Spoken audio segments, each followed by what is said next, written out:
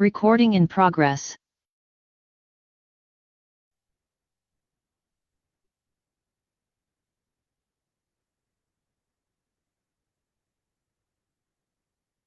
Bueno, nuevamente, buenos días para todos y gracias por estar acá en esta convocatoria de nuestra sesión conjunta eh, que pretende, eh, que busca siempre el conocer de parte de toda la comunidad de la facultad lo que se está haciendo desde cada uno de los departamentos, siendo una reunión, creo, de la mayor importancia eh, que nos permite conocer nuestro quehacer dentro de los procesos misionales de docencia, investigación y proyección. Antes de darle el paso al doctor Nelson Arias, que nos va a presentar desde el Departamento de Salud Pública el tema del día de hoy, agradecerles por la participación en el evento de Expo Facultad centrado en investigación. Creo que eh, un evento interesante y sobre todo que busca también fortalecer ese componente misional de la investigación, con una buena participación de parte de estudiantes, con su dinamismo, en horas de la mañana con los diferentes stand, los semilleros de investigación muy activos y, y en general. eh, Siempre que uno organiza algo, pues espera que la participación y sobre todo estas convocatorias que son para toda la facultad, que haya participación de todos los estamentos. Personalmente hubiera querido mayor participación del cuerpo docente, sin embargo, eh, pues creo que es tarea continuar eh, en esa indicación para todos y promover la participación en todas las actividades que hacemos desde la Facultad de Ciencias para la Salud. De todas maneras, el agradecimiento muy especial a todos, en especial a quienes estuvieron al lado en la organización del evento, eh, la profesora Diana Paola Betancourt, Liliana Orozco como directora del Instituto de Investigaciones y Luz Ángela Correa, eh, sobre todo vinculada con el tema de semilleros. Entonces, sin más, le doy paso al doctor Nelson para que nos presente el tema que corresponde el día de hoy al Departamento de Salud Pública. Adelante, doctor Nelson, y muchas gracias. Gracias, señor decano. Muy buenos días para todos, para todas. Es un gusto desde el Departamento de Salud Pública poder hacer el cierre de este ciclo de sesiones conjuntas de nuestra facultad. En atención al tiempo que es escaso para todos, voy a proceder entonces a presentar el tema que hemos preparado para hoy. Les agradezco, por favor, me confirmen si están viendo adecuadamente la proyección de la presentación. Sí, Sí, señora, ahí señor. está muy bien. Sí, señor. Muchas gracias. Muy bien. El trabajo que hemos preparado para hoy lo hemos titulado Abordaje de eventos de interés en salud pública en Caldas que podemos mejorar desde la formación de los profesionales. De entrada, mencionar y hacer un agradecimiento muy especial al doctor John Harvey Echeverry Morales, quien, además de ser docente de nuestra facultad, adscrito al Departamento de Ciencias Básicas de la Salud, es también profesional referente en el área técnica de enfermedades transmitidas por vectores en la Dirección Territorial de Salud de Caldas. Y gracias a su generosidad hemos podido preparar el material que usaremos pues, en esta revisión o en esta charla, precisamente como insumo académico para este ejercicio que nos convoca hoy. El contenido de la presentación está dividido en tres segmentos, básicamente. El primero es la presentación de casos de interés e identificación de posibles fallas en la atención de esos casos de interés. El segundo segmento está enfocado a compartir con ustedes las experiencias producto del ajuste curricular en el plan de estudios de medicina, en su componente de salud pública y específicamente en una actividad académica que denominamos vigilancia en salud pública. Y finalmente dejar un espacio para que podamos interactuar como comunidad académica y podamos recibir los comentarios o hacer las discusiones o intentar resolver las preguntas que se presenten. Antes de presentar los casos, quisiera hacer esta declaración como a manera de descargo de responsabilidades. Vamos a usar información de casos reales debidamente anonimizados. Y los análisis que hacemos alrededor de esos casos los hacemos con fines estrictamente académicos. Los hallazgos que vamos a presentar no corresponden a juicios de ninguna naturaleza sobre posibles responsabilidades atribuibles a personas naturales o jurídicas, es decir, profesionales, individuos, a colegas o a instituciones, servicios, entidades, empresas. Es decir, lo que hemos querido preparar acá es un material que nos sirva de ejemplo, de ilustración, de pretexto quizás para dar paso a lo siguiente, y es qué estamos haciendo desde la universidad para fortalecer la formación de nuestros futuros profesionales y mejorar sus competencias para el desempeño con calidad en lo que tiene que ver con el abordaje de los eventos de interés en salud pública más importantes de los últimos meses en el departamento.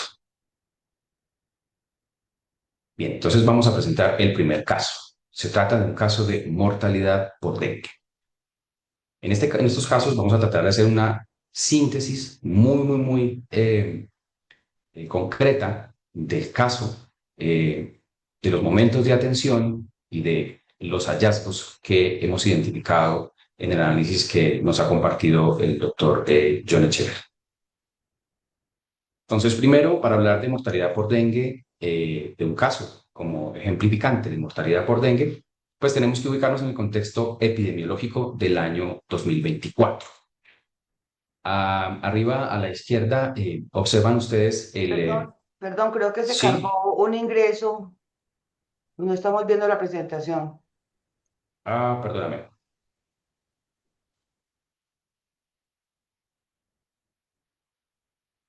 ya vuelvo a proyectar, gracias, profesora Luis.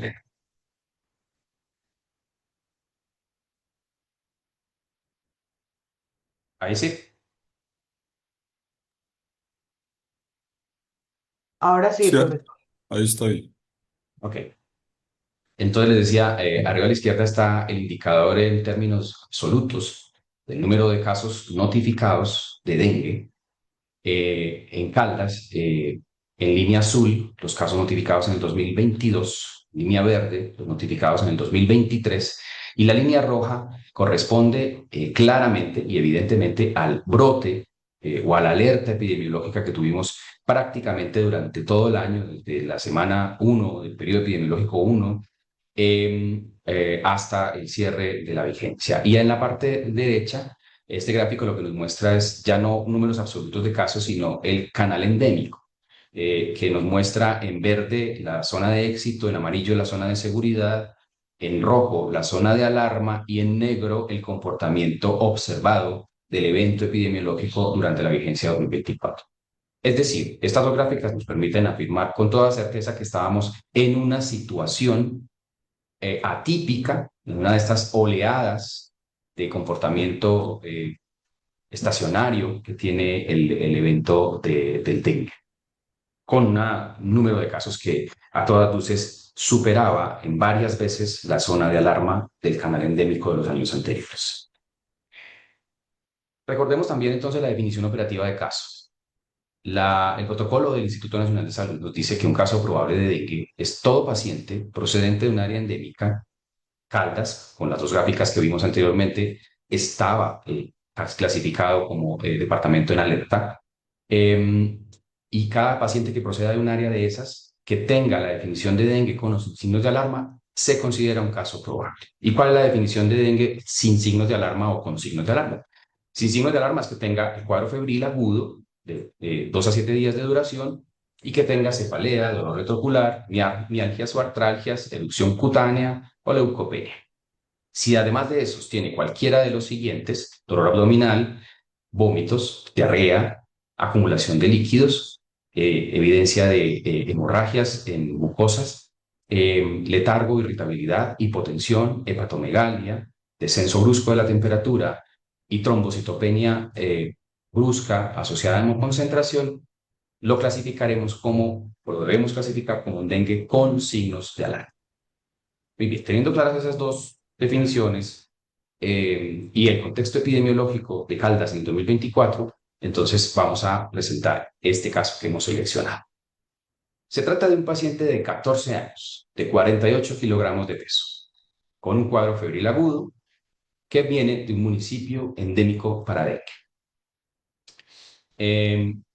Con ese relato ultra sintético, podemos decir que podría tratarse de un caso de dengue.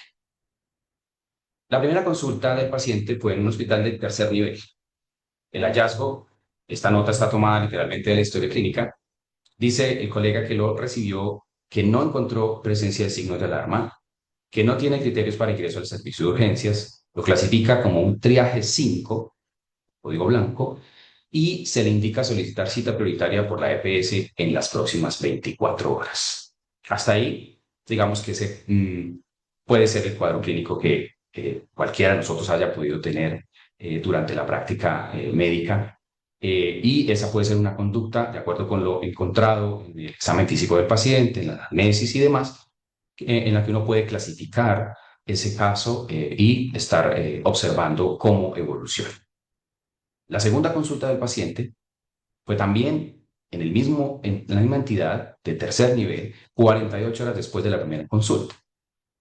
Ya aparece este relato: 3 días de evolución de diarrea líquida, adinamia, náuseas y emesis, fiebre no cuantificada. La mamá dice que le ha dado líquido, suero de rehidratación oral, y el paciente no ha mejorado y sin signos vitales normales al examen físico. Lo clasifica médico tratante como un paciente con aparente enfermedad diarreica aguda.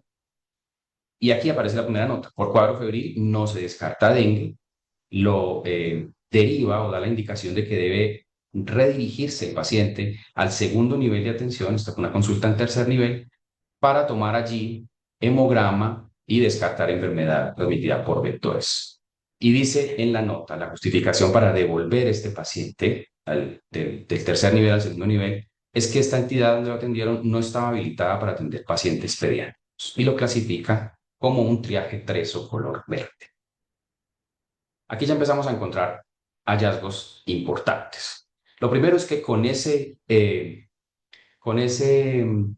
cuadro clínico descrito en la historia, configuramos claramente la definición de dengue con signos de alarma, caso probable de dengue con signos de alarma. Lo segundo es que la argumentación indicada por el colega como razón para no brindar la atención inmediata a este paciente, dado que tenía cumplimiento del criterio de caso probable de dengue con signos de alarma, es que no están habilitados para atender pacientes pediátricos. Revisando la norma colombiana, el Sistema Obligatorio de Garantía de la Calidad, en su componente de habilitación de servicios, establece claramente que la habilitación de servicios no se realiza por grupos etarios y que el acceso a la atención de urgencias debería ser universal. Por tanto, esta entidad de tercer nivel, por supuesto que si es de tercer nivel, tiene cómo hacer un hemograma, ¿cierto? Y poder valorar de mejor manera al paciente y eventualmente también solicitar, si esa es la sospecha, solicitar los estudios para confirmar si se trata o no de un caso de dengue. Así que, pues en primer lugar, no hay una justificación clara de entrada para no atender a un paciente que tiene signos de alarma por una razón administrativa que no corresponde. La tercera consulta del paciente, en el segundo nivel de atención, 2 horas después de la segunda. Ya que hay una diferencia, una discrepancia, porque en la anterior hablábamos de 3 días y este médico ya habla de 8 días de duración del cuadro clínico. Picos febriles, diarrea, emesis, mareo, cefalea, y dice sin dolor abdominal, sin síntomas respiratorios, sin rash. Volvemos a verificar aquí la configuración del caso probable de dengue con signos de alarma. La conducta del colega es iniciar hidratación y dan alta en este segundo nivel. Dan alta con un diagnóstico de código CIE10, R11X, náusea y vómito. Si ya en la consulta previa el colega sugiere la sospecha de una enfermedad transmitida por vectores, no hay justificación para que el colega que lo atiende en la tercera consulta consigne estos síntomas como diagnóstico. Valga la aclaración que los códigos de la letra R de la CIE10 no son diagnósticos, son síntomas. Y los síntomas, todos lo aprendimos desde nuestras clases de semiología, solo son la orientación o uno de los elementos para orientar el diagnóstico, pero esto no corresponde a un diagnóstico nosológico y ni siquiera a un diagnóstico sindromático.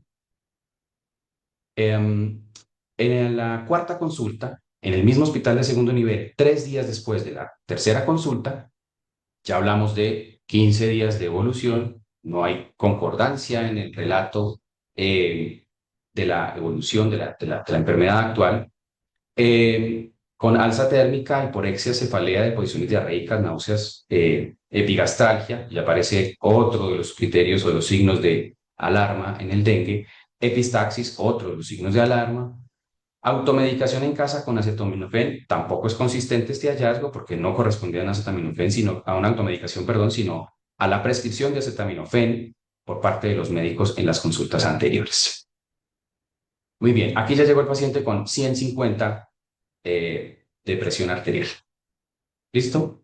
El diagnóstico y la conducta de los colegas del médico tratante fue hospitalizar al paciente, iniciar un bolo de 500 cc y luego 60 cc hora. Prescribieron una dosis de dipirona intravenosa y lo clasifican como sospecha de dengue con signos de alarma con lesión renal aguda. Solicitan IgM para dengue, pruebas de función renal y aumento de líquidos endovenosos a 80 cc hora después de la primera evolución. Lo que ya les mencionaba, un síntoma no es un diagnóstico médico.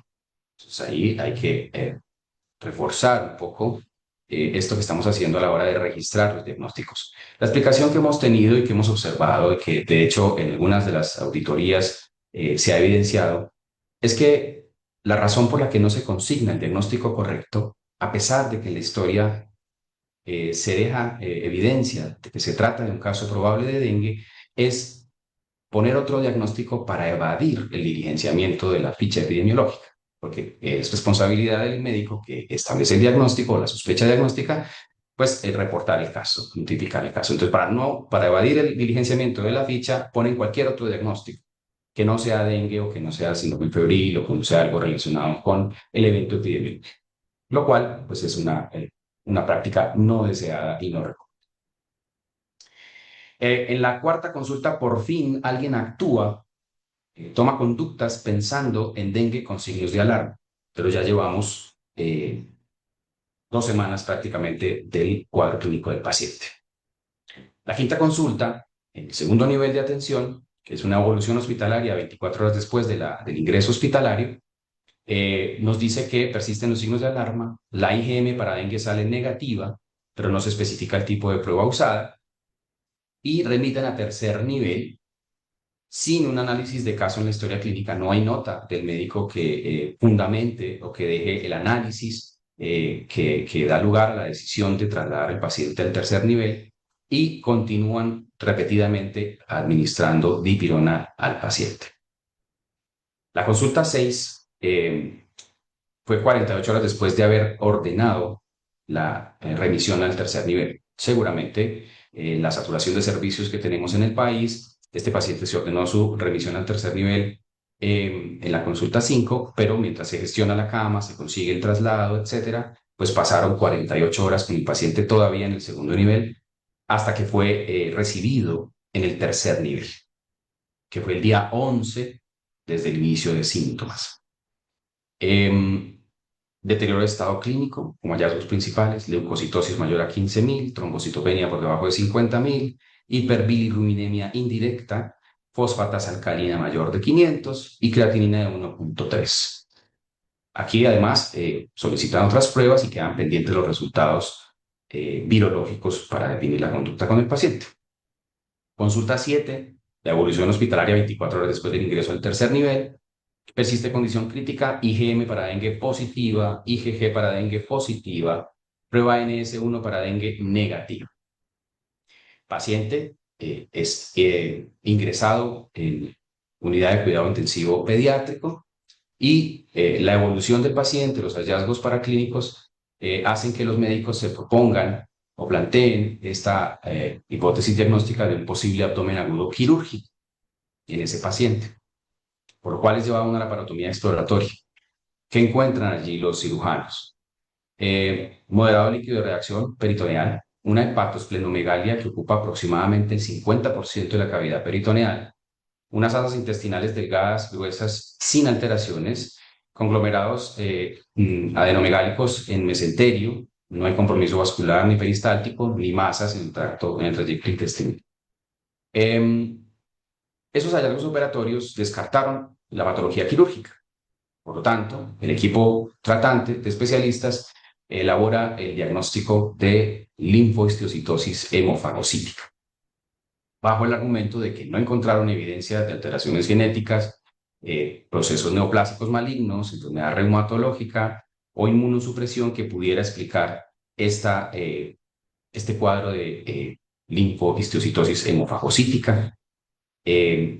Al día 21 desde el inicio de síntomas, el paciente fallece y la conclusión diagnóstica es un cuadro de linfohistiocytosis hemofagocítica como complicación de infección por virus de dengue. Hasta ahí el primer caso. Caso 2, otro evento, ya no de mortalidad, sino de morbilidad, un dengue con signos de alarma. Se trató en este caso de una paciente de 29 años, 65 kilogramos de peso, también procedente de un municipio con alerta epidemiológica por brote de dengue. Consulta 1, 2 días de fiebre, cefalea y mialgias. Conducta médica, el diagnóstico infección viral no especificada, de nuevo, la misma conducta, ¿cierto? No ingresar el diagnóstico de dengue a pesar de estar ante la definición de caso probable, paciente con cuadro febril agudo, con cefalea con mialgias, procedente de un municipio en alerta epidemiológica. Prescriben analgésicos y no solicitan ninguna prueba diagnóstica para dengue. La consulta 2, a las 24 horas, persistencia de síntomas, aparece ya trombocitopenia leve, deciden hospitalizar y empiezan Hartmann a 100 cc por hora. Aquí un hallazgo importante en lo que tiene que ver con el manejo del caso. La guía del manejo del dengue en Colombia, del Ministerio de Salud, nos dice que la recomendación para un paciente que tiene un diagnóstico de dengue y que se hospitaliza porque se presume que es un dengue posiblemente con signos de alarma, de la trombocitopenia, es de 10 mililitros por kilogramo en la primera hora.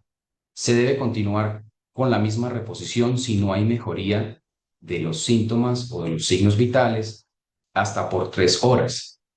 Aquí empiezan para una paciente de 65 kilogramos, 100 cc hora, cuando bajo esta rata, bajo esta dosis, lo que deberíamos haberle administrado a esa paciente debieron haber sido al menos 650 ml en la primera hora.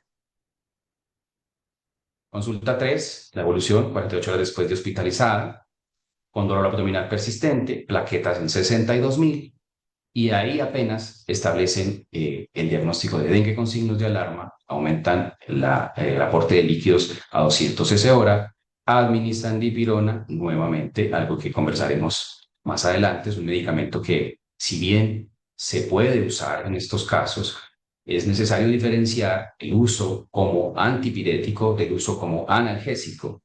Muchos de estos casos que analizamos, encontramos que la dosis que prescriben es la dosis analgésica, que por esa dosificación puede llevar a tener complicaciones del paciente porque es un medicamento que suele producir hipotensión. Entonces, un paciente que ya tiene aumento de la permeabilidad vascular, caída de la presión arterial y le vamos a poner un medicamento a dosis que produce más hipotensión, pues no estamos ayudando mucho a la evolución del paciente. Y aquí solicitan la carga viral como prueba dentro del abanico de pruebas diagnósticas para dengue. En la cuarta consulta, 24 horas después de la tercera evolución, persistencia de síntomas, trombocitopenia leve y vuelven a dejar el aporte de líquidos a 100 cc por hora. Muy bien, ya lo mencionamos en el caso previo, la dosis para poner líquidos en pacientes con dengue es de 10 mililitros por kilogramo. Y aquí solicitan una carga viral, lo que corresponde es el aislamiento viral, no la carga. Finalmente, el número de copias que haya del virus no es lo que determina la conducta, sino el aislamiento viral para identificar especialmente el serotipo del virus del dengue que se está tratando. Con respecto al evento dengue, tomamos también información de los ejercicios realizados por el doctor John Echeverry como auditor técnico del cumplimiento de la guía para el manejo del dengue en el departamento, con un análisis de más de 1.800 casos notificados al CIVIGILA, y se encontró lo siguiente. Con respecto a la apropiación de la guía, que es una de las dimensiones que evalúan en lineamientos de auditoría que propone el Ministerio de Salud, encontramos que el porcentaje de apropiación de los elementos de la guía por parte de las IPS es en medio, es calificado a nivel medio en el 87% de las IPS o de los eventos reportados. Alto solamente en el 11%. Con respecto a diagnóstico, evaluación y clasificación de los casos, el desempeño es alto en el 91%, medio en el 7% y 2% que no tienen dato. Pero fíjense lo que pasa con los criterios de manejo clínico y con la evaluación total. El manejo clínico, el cumplimiento de las recomendaciones del manejo clínico de los casos, de acuerdo con la clasificación de dengue sin signos de alarma, dengue con signos de alarma o dengue grave, es bajo en el 43% de los casos notificados. Es alto en el 55%, pero preocupa notoriamente que haya una calificación de adherencia baja a la guía en casi la mitad de los casos. Y esto, por supuesto, se refleja en el indicador total, que agrega los 5 indicadores que se evalúan en la guía de auditoría y nos deja en el departamento con un cumplimiento, una adherencia a las guías de manejo de nivel medio en el 45%, perdón, de los eventos notificados. Vamos a otro caso, ¿cierto? Paciente de 45 años, 81 kilogramos de peso, 4 semanas de evolución de un cuadro de tos productiva y pérdida no intencionada de peso. Llegó a consulta con resultados positivos de una baciloscopia para Mycobacterium tuberculosis y PCR y cultivo para Mycobacterium positivos, lo cual nos da el cumplimiento de la definición de caso nuevo confirmado por laboratorio de acuerdo con la guía del Ministerio de Salud y el protocolo del Instituto Nacional de Salud. La conducta del médico tratante es iniciar la dosis de un comprimido diario de tetraconjugado de rifampicina, isoniazida, piracinamida y etambutol, que es la presentación, digamos, que dispone el Ministerio de Salud para el abordaje terapéutico vía oral de estos pacientes. La indicación correcta es que en pacientes con peso mayor a 55 kilogramos, esa dosis de esta presentación tetraconjugada es de 4 comprimidos una vez al día de lunes a sábado y son 56 dosis en total en la fase intensiva de tratamiento. La paciente recibió entonces con esta dosis 40 de las primeras 56 dosis de la fase intensiva en rango subterapéutico, lo que llevó luego de la auditoría del caso, a que se tuviera que reiniciar desde cero el tratamiento. Se perdieron estas 40 dosis porque se le dio dosis pediátrica a una paciente de 81 kilogramos de peso, 45 años de edad. Caso 4, relacionado con manejo farmacológico de leishmaniasis cutánea. Es un paciente de 10 años, 51 kilogramos. Lo atienden en urgencias para administrarle la 7ª dosis de antimoniato de meglumina. La nota de la médica dice: se revisa la dosificación y se encuentra que se le han aplicado 6 dosis de 12,8 mililitros día intramusculares, las 6 dosis previas.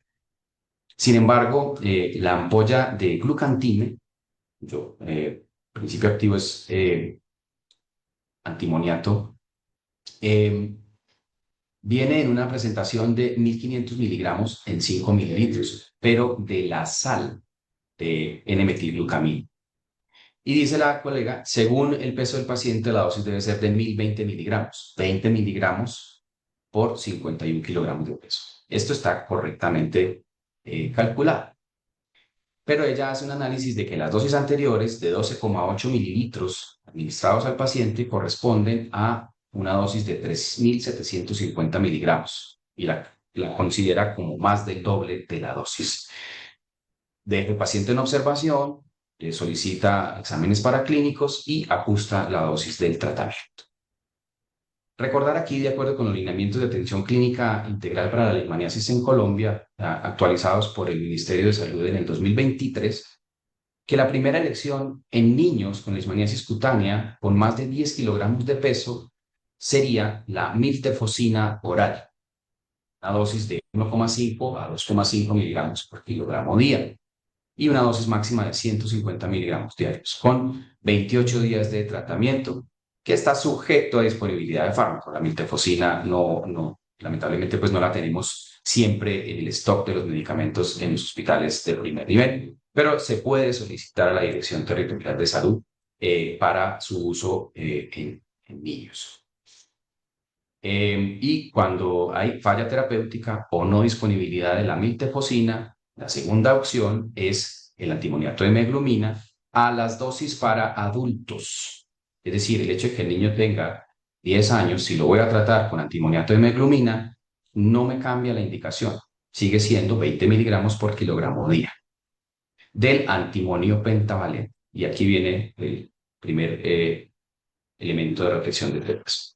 Entonces, el cálculo de la dosis, de acuerdo con la guía, no se hace con la concentración de la sal de antimonio, sino con la concentración de antimoniato o de antimonio, pentavalente en la sal. En una ampolla de 1500 miligramos, 5 ml, hay 405 miligramos de antimonio pentavalente. Si lo llevamos a dosis por mililitro, serían 81 miligramos de antimonio pentavalente por cada mililitro de la solución de la ampolla de glucantime. Entonces es un error frecuente que el cálculo de la dosis se haga considerando la concentración de 1500 miligramos en 5 ml y no la concentración de 405 miligramos en 5 ml o de 81 miligramos en 1 ml. El análisis que expresa entonces la colega en la historia no es correcto porque el recálculo de la dosis, si se hace con base en la concentración de la sal antimonial, va a resultar, al igual que en el ejemplo de tuberculosis, en una dosis subterapéutica que va a generar muy seguramente un fracaso terapéutico y además otro problema asociado es el desarrollo de resistencia por parte del parásito a la sal antimonial.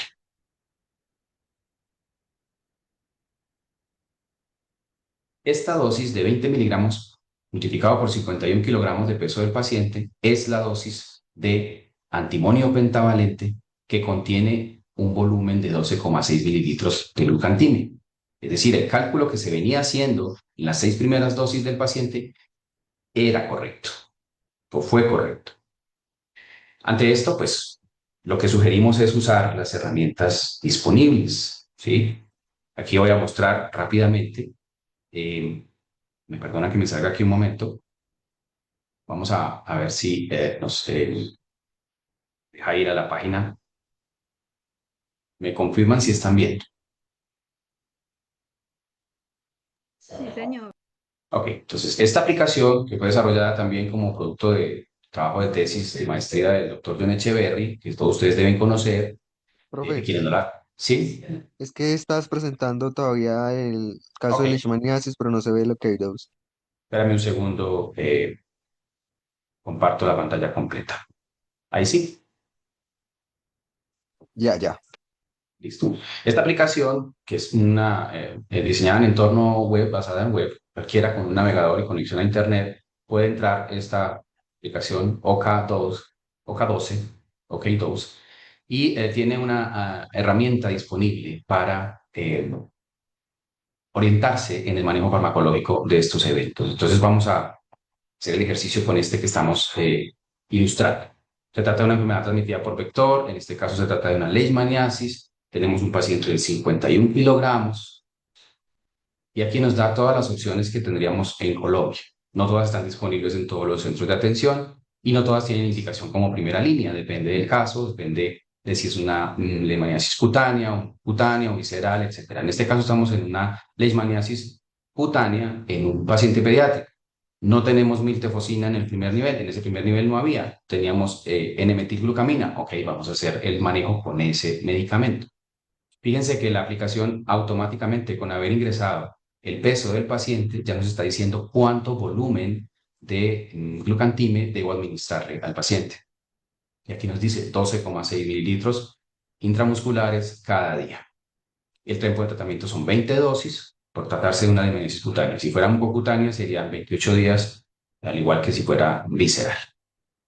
Ok, eso con respecto a las herramientas disponibles para el manejo adecuado de los casos. Muy bien, ahora voy a mostrarles rápidamente el segundo bloque de la presentación que tiene que ver con las experiencias del ajuste curricular en el plan de estudios 632 del programa de medicina. Recordar que el plan 408 que teníamos anteriormente no tenía contenidos explícitos en su currículo relacionados con vigilancia en salud pública, por lo cual en el plan 632 creamos la actividad académica con código 50115G9E, ofertada por el Departamento de Salud Pública, y en 2023-1 empezamos la primera oferta académica de esta rotación.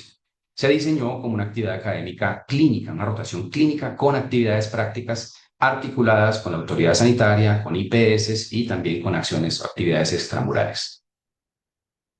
En esas actividades prácticas tenemos, por ejemplo, búsquedas activas institucionales y comunitarias de eventos de interés en salud pública en las que los estudiantes participan, actividades de investigación epidemiológica de campo, ir a buscar contactos y demás, asesorías técnicas en programas de infecciones asociadas a la atención en salud, programas de optimización en el uso de antimicrobianos y estudios de brotes, participación en procedimientos especiales de vigilancia en salud pública como viscerotomías, y capacitaciones a IPS y a funcionarios en las secretarías de salud. En relación con búsqueda activa de sintomáticos respiratorios y de piel, se hicieron algunas actividades prácticas con participación de estudiantes en centros de cuidado de adultos mayores, en actividades comunitarias, en entorno escolar, en jardines y escuelas de la ciudad, ante una alerta emitida por la Secretaría de Salud de un brote de enfermedad mano-pie-boca causado por virus Coxsackie. También nuestros estudiantes estuvieron con las docentes haciendo visitas a algunos establecimientos educativos y haciendo la búsqueda activa de estos casos y el respectivo manejo y aislamiento y demás. Asistencias técnicas a IPS, aquí por ejemplo revisando los eventos de infecciones asociadas a atención en salud y los contenidos de los PROA, los procedimientos especiales de vigilancia, aquí están en el CES, Hospital Universitario de Caldas, que es uno de nuestros escenarios donde hacemos práctica de esta rotación, acompañando a los profesionales a realizar las viscerotomías por casos de infección aguda, infección respiratoria aguda grave inusitada. Los resultados de esos eventos en los que han participado en las prácticas de los estudiantes han sido pues 3 eventos hasta ahora analizados. Un paciente de 61 años masculino positivo para coronavirus, clasificado como confirmado por laboratorio. pacientes fallecidos, ¿no? Una paciente femenina de 63 años que se descartó, se le hizo todo el panel viral y no se reportó ninguna infección de esta naturaleza. Y el tercer caso, un paciente de 58 años positivo para influenza H1N1 y también positivo para SARS-CoV-2 y para sincicial respiratorio, que finalmente está en análisis, pendiente de la unidad de análisis para su clasificación final, porque no está clara cuál fue la etiología de la muerte de este paciente. Han hecho también capacitaciones sobre sistema de notificación y protocolos de vigilancia en salud pública en COBE municipal, dirigida a algunas IPS de la ciudad. Han apoyado campañas de vacunación, han estado haciendo también otras actividades como valoración de riesgo cardiovascular en las personas, los ciudadanos asistentes al Estadio Palo Grande a realizar actividad física. Han elaborado también y han hecho difusión de material audiovisual en redes sociales, sobre todo cuando tuvimos el brote de fiebre amarilla.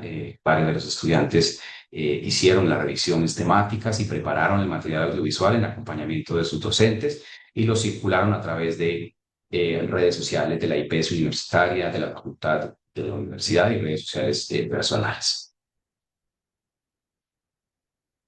Como conclusión de esto, ¿qué podemos decir? Pues tenemos dos grandes desafíos en la formación de nuestros profesionales.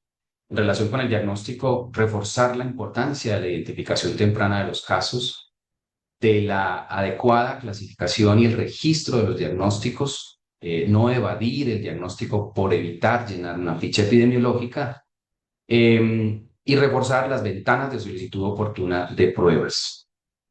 Algunos de estos casos que analizamos, no lo mencioné en su momento, pero las pruebas no se solicitaron oportunamente o se solicitaron tardíamente. En el caso de la NS1, que se debe solicitar en los primeros 5 días, la NS1 para dengue. Después del sexto día ya se puede solicitar las inmunoglobulinas, la IgM, y eso también lleva a confusión en el manejo y el diagnóstico de los casos. Y con respecto a tratamiento, pues evidentemente nos hace falta reforzar aspectos técnicos del tratamiento de Te soporte falta de los amor. pacientes. Demoras. Gracias por cerrar el micrófono. Y reforzar las indicaciones farmacológicas, en particular lo que tiene que ver con posología. Esos son como los dos grandes áreas que creo tenemos como desafío en la formación de nuestros profesionales. Y como logros en la formación en vigilancia en salud pública, resaltamos que con estas prácticas que estamos desarrollando en esta nueva asignatura, logramos un aprendizaje en contexto real, una comprensión práctica de la vigilancia en salud pública, y la adquisición de competencias para trabajo en equipo y comunicación asertiva en el manejo de los eventos, y consolidar, por supuesto, el compromiso ético y profesional con la protección de la salud colectiva, resaltando ese rol protagónico que debe tener el médico en la detección oportuna, en la prevención y en el control de los eventos de interés en salud pública.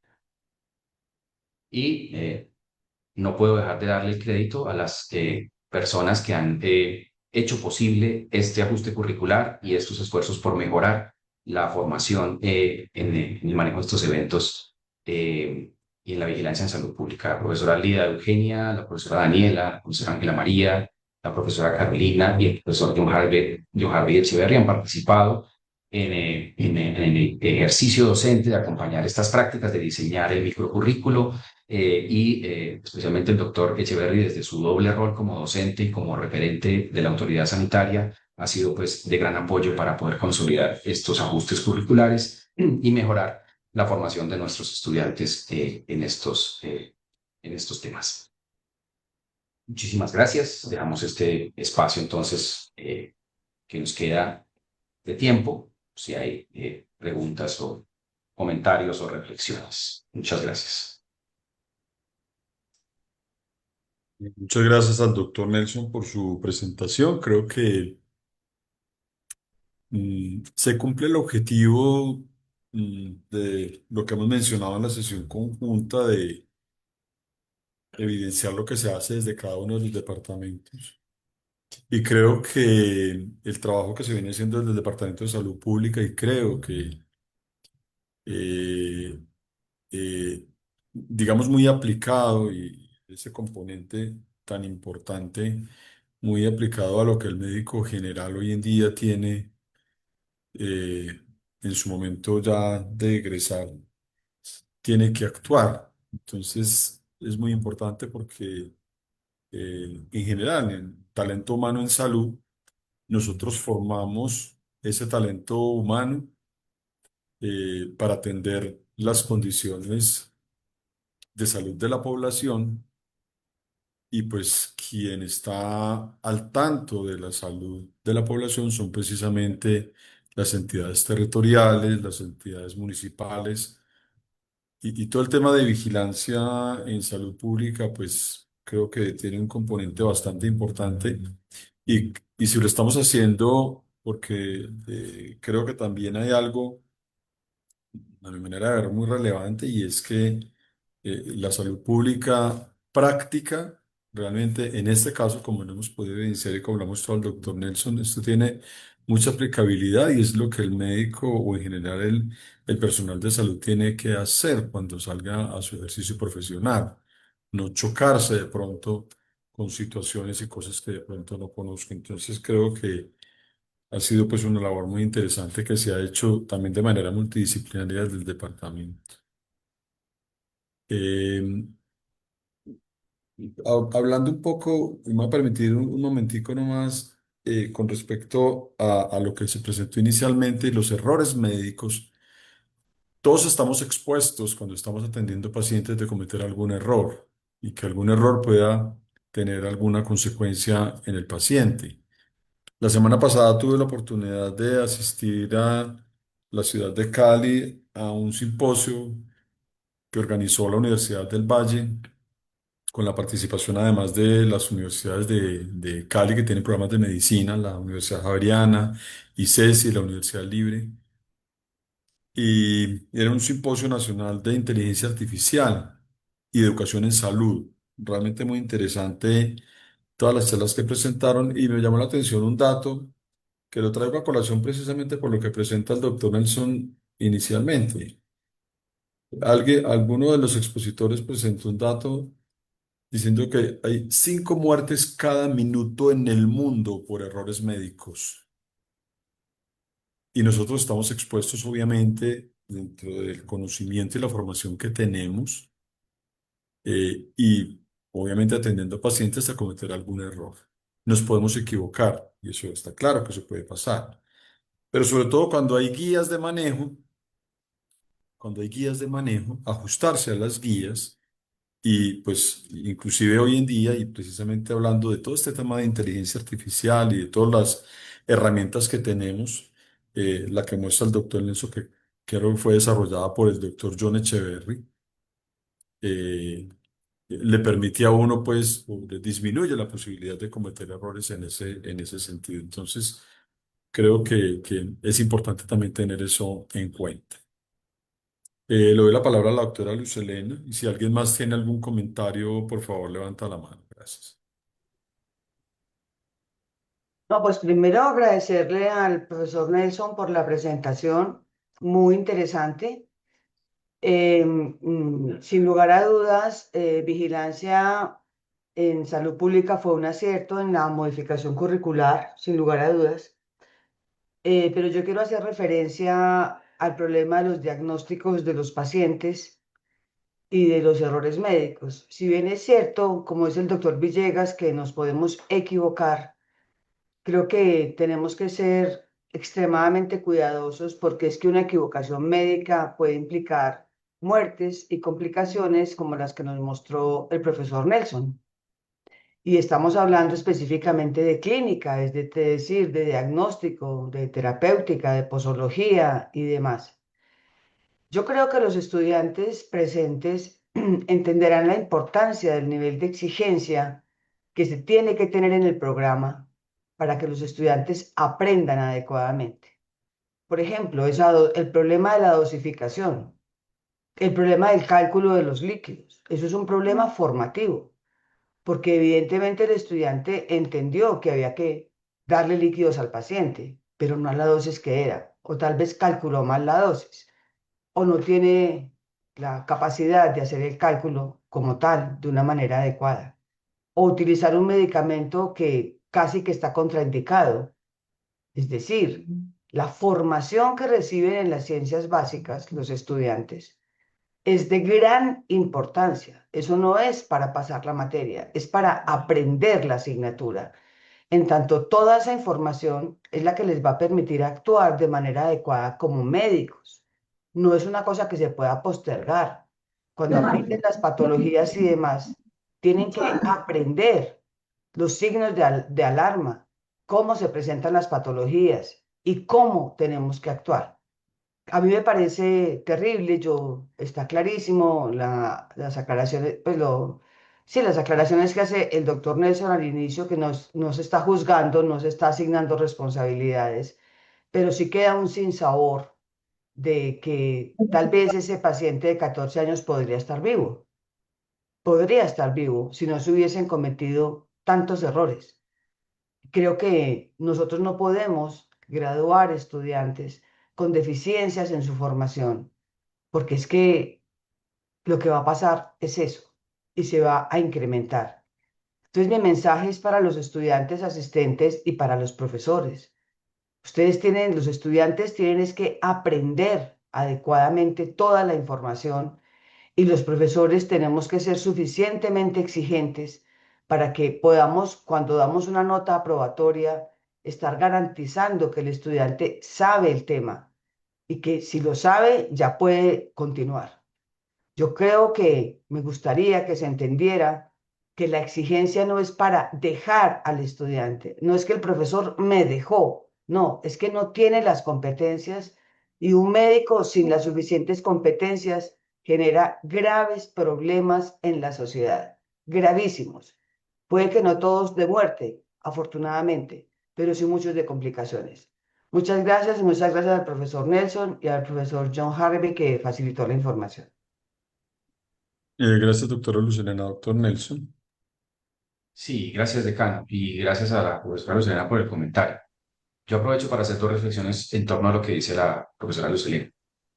La primera es que si bien este ejercicio es un ejercicio académico, en el que nos tomamos la tarea de anonimizar los casos y demás, porque lo que nos interesa es aprender del caso, no hacer ningún juicio con respecto a quién fue el responsable de qué. eh, sí es importante retomar algo que nos asiste como ciudadanos. Estamos sujetos al cumplimiento de las leyes de la sociedad en la que vivimos. En esta sociedad colombiana, el derecho a la salud es un derecho fundamental autónomo, consagrado en la ley estatutaria. Y esa misma ley estatutaria establece en uno de sus artículos la responsabilidad profesional que nos asiste en la autorregulación que debemos aplicar como profesionales. Y esa autorregulación es un deber que nosotros mismos como profesionales, médicos, enfermeros, educadores físicos, regentes de farmacia, posgraduados, tenemos que ejercer. Es decir, este ejercicio, si bien lo realiza el doctor John Echeverry como parte de sus funciones como profesional referente técnico de la Dirección Territorial de Salud, eh, no es porque sea el doctor Echeverry, es porque él está representando y está asumiendo esa función de hacer esa auditoría, pero esta auditoría, además de la que hace la Dirección Territorial de Salud, no la debemos hacer todos. Es decir, cuando estemos en el ejercicio, cuando estemos en la formación con nuestros estudiantes, si observamos un caso en el que hay un evento mal manejado, adecuadamente abordado, con prescripciones incorrectas, pues hay que hacer la anotación correspondiente, hay que hacer quizás el acto de colegaje con el compañero y decirle, hey, pilas, ¿cierto? Aquí hubo esta situación, esta falla, o vení, estudiemos esto que necesitamos mejorar entre todos No, en la póngalo atención de aquí. estos eventos. Yo tengo que estar en esa Eh, reunión. y el segundo punto que quería tomar como reflexión al respecto es que justamente en relación con eh, garantizar las competencias de nuestros estudiantes y hacernos un autoexamen de lo que estamos haciendo en la formación de los estudiantes, desde el programa de medicina y desde el Departamento de Salud Pública estamos promoviendo la realización de un examen de conocimientos en medicina, inicialmente voluntario, para los estudiantes de quinto semestre y los estudiantes de undécimo semestre. Estamos en el proceso de recopilar pues el banco de preguntas y estructurar la dinámica de ese examen. Pero aprovecho el espacio para invitar a nuestros estudiantes a que participen de esa iniciativa y de esa actividad. No tendrá ninguna consecuencia sobre su proceso académico, no es con fines de señalar a nadie ni realizar ningún tipo de eh, medida individual, sino que nos interesa realmente evaluarnos como programa, como departamento en lo que ofrecemos y ver qué tal lo estamos haciendo en la formación de nuestros profesionales. A la universidad que ¿Qué, le hagan un qué examen tanto, para mirar cuánto músculo tiene. qué tanto estamos logrando en el aprendizaje de nuestros estudiantes? ¿Qué tanto permanece ese conocimiento que aprenden? Eh, Así que aprovecho el espacio para reiterar esa invitación a participar en esa iniciativa. No sé si vamos a alcanzar a hacer la primera versión de ese examen en lo que queda del periodo académico, pero estaremos anunciando lo pertinente y esperamos una amplia participación de nuestros estudiantes. Gracias, decano. Listo, doctor Nelson, muchísimas gracias. No sé si alguien tiene algún otro comentario o pregunta para el doctor Nelson. Entonces, agradecerles a todos por su presencia y que tengan un feliz fin de semana. Muchas gracias.